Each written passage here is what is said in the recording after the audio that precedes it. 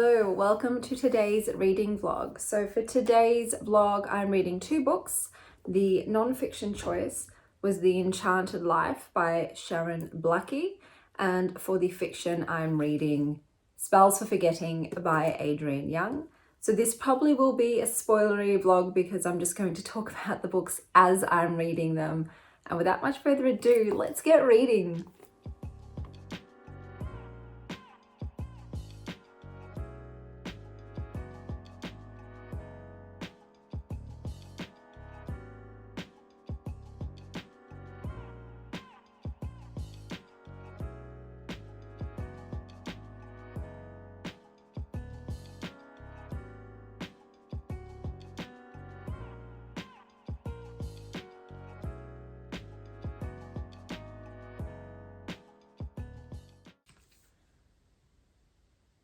Okay, so I've just read the first chapter and they're basically talking about how we have lost our connection to the world that we live in, and we've lost the magic and the enchantment and the belonging and the appreciation and the stillness and the presence, and how to get that back. And yeah, so far the writing, it's very small.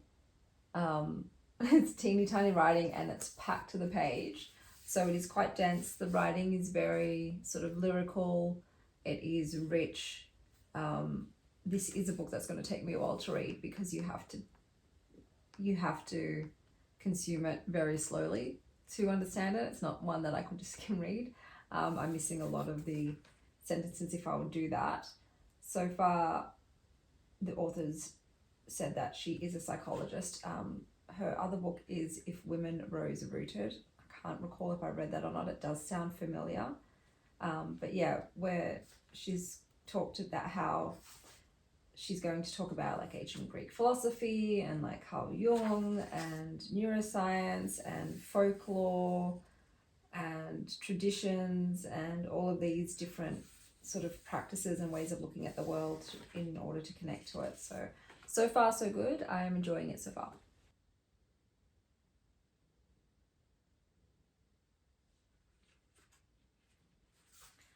Okay, so the second chapter, she's talking about how the first time she experienced disenchantment was when she attended university and her first foray into academia and her psychology degree.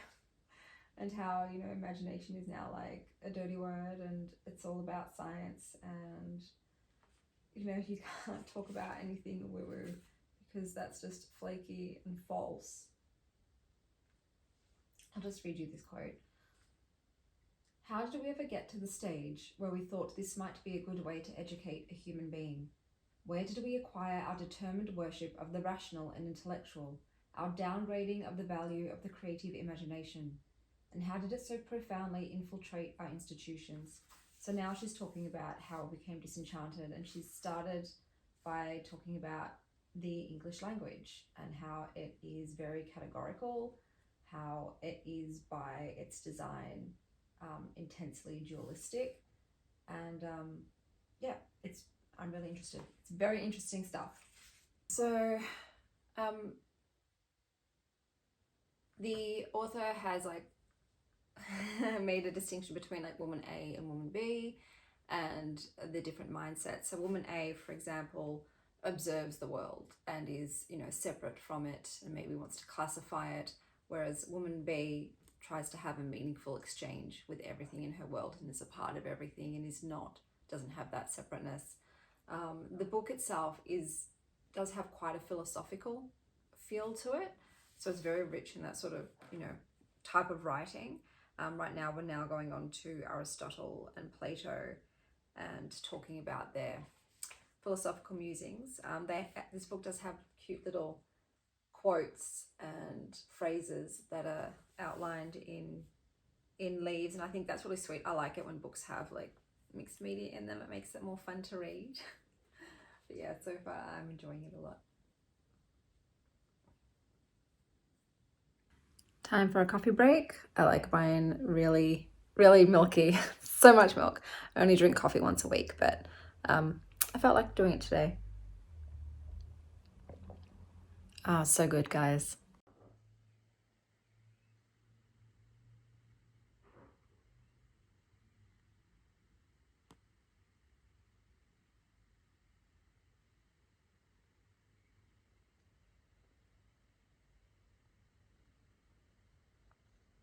If the world is alive, if nature has consciousness, then I am not just some singular, solitary being plonked on a lump of inert matter, surrounded by inert space in an inert universe.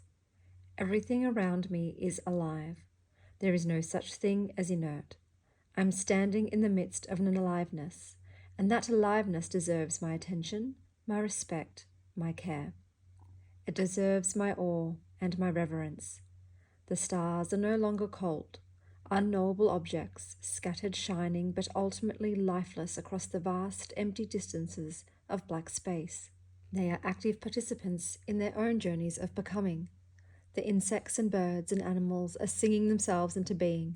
This autumn land is dreaming, and I am a part of that dreaming.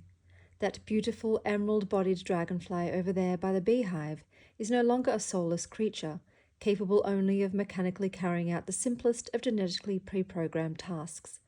It has its own purpose and path. It is a participant in the unfolding of the world, just as I am, a unique expression of the prodigious, indiscriminately varied life of the cosmos, no more and no less than I am. I see a dragonfly. What does it see when it sees me? There are patterns and webs and weavings, lines of becoming all around me, that I cannot ever begin to imagine I understand. The world is alive, and in the infinite extravagance of its multifaceted aliveness, it is full of mystery again. What could be more enchanted than that? Manifesto for an Enchanted Life. Everything around you is alive. Believe it. Tell stories to stones, sing to trees, start conversations with birds, build relationships. You'll never be lonely again. To be fully in your body is to be fully alive. Get out of your head and into the world. Look for the wonder wherever you go. Be all your life, as American poet Mary Oliver suggested, a bride married to amazement. Embrace mystery. Don't be afraid of what you don't know. Cultivate your mythic imagination, the inner and outer landscape of myth. Know your place, learn to belong, because wherever you go, there you are. There's nowhere else real to be. Cleave to the local and the ethical. Cultivate community spirit and autonomy. Slow down. Create, buy handmade, live folklorically. Don't have a career, have a life. Find your calling, but above all, find your meaning in the community of the world. Foster meaningful ritual. Make each day a ceremony, or make a ceremony in each day. Cherish otherness in all its forms. Confront in yourself and explore the forms of otherness which make you uncomfortable or afraid. Treasure change. It's the stuff from which lives are forged. Stop looking for the eternal and immutable and enter into the daily dance with the transitory. So it turns out that I've lost the footage of me giving my in-depth review of this book. Not a great start to this reading blog, but unfortunately it's the way it is, and I didn't write a review. So I'm just going to go off my vague recollection. I think I gave it 3.5 stars. It was okay. I remember it being a bit dense to get through. I remember thinking like it wasn't really structured or organized in a flowing sort of way or in a cohesive way. It was sort of just bits and bobs all over the place. I think there were a lot of stories from different individuals, and some of those stories from particular individuals I just found utterly boring. I can't remember if there was one about a dude who loved hang gliding, but yeah, there was some stories that just didn't do it for me. And it just, for a book about sort of like enchantment, I felt like it lacked some magic in it, and I just didn't love it. So apologies for the lackluster review. Life happens. I'll make sure I'm definitely, it's not going to happen again in the future vlogs. But yeah, I just remember it was a bit of an average read, and I think it was because I had a lot of high hopes for it, and I didn't really get what I wanted from the book. So on to the second book for this month's reading vlog. This is Spells for Forgetting by Adrienne Young. I don't even know what it's about. Okay, so, and I remember now. This dude is accused of murdering a best friend. He leaves, and then he comes back to the island after 14 years to bury his mother's ashes. And it's a bit of a mystery, a murder mystery book. So yeah, let's get started.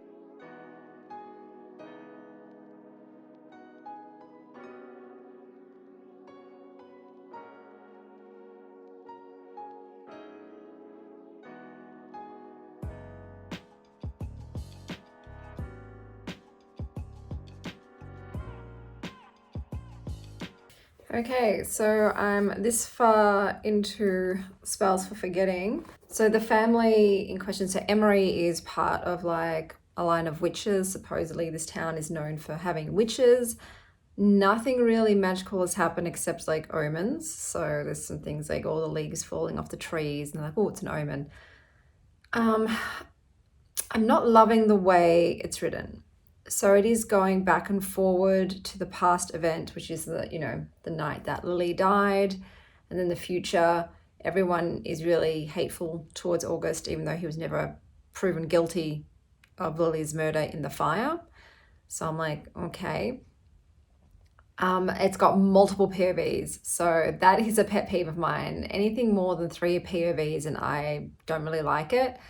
So there are multiple POVs, everyone in town is being hella dodgy.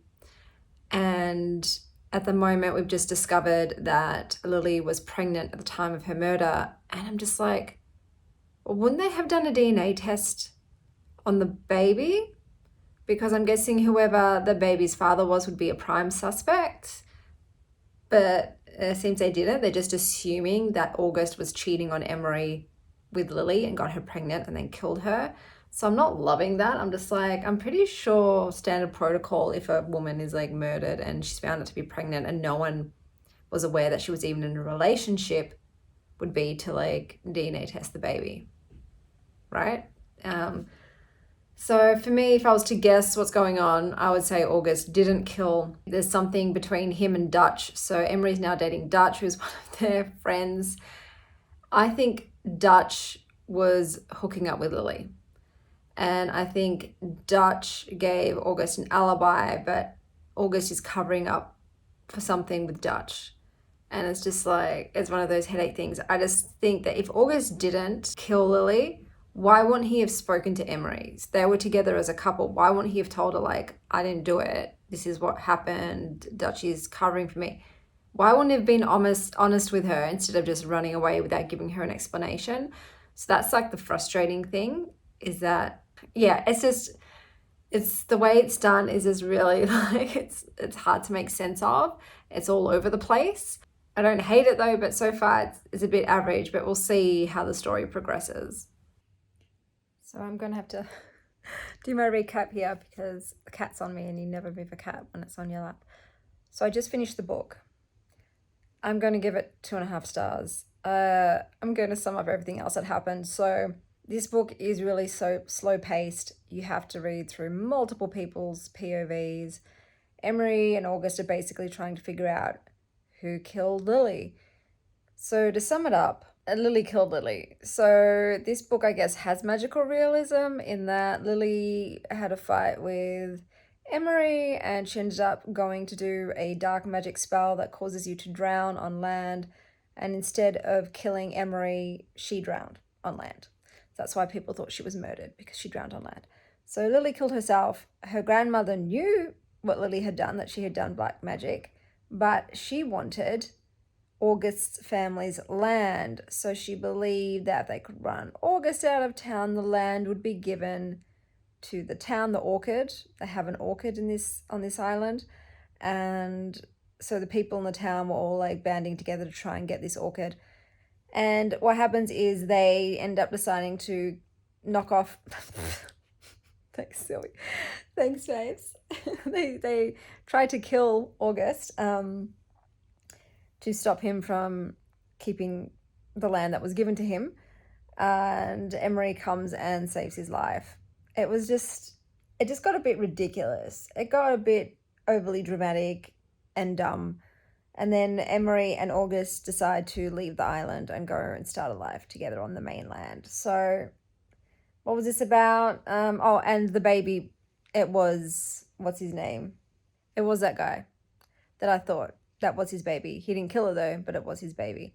So it was sort of just like, I just didn't care. I didn't care really about any of the characters. Emery and August are really boring characters. There are too many POVs. It's overly dramatic, but it's also slow. And all of that just for like Lily killing herself. It's like, really? You're going to, it was just so dumb. I don't know what to say. I just felt like it was really dumb. So unfortunately, I did not enjoy it. And I was really thinking I would because I like the author and I like their past works and the premise sounded interesting, but this was not for me.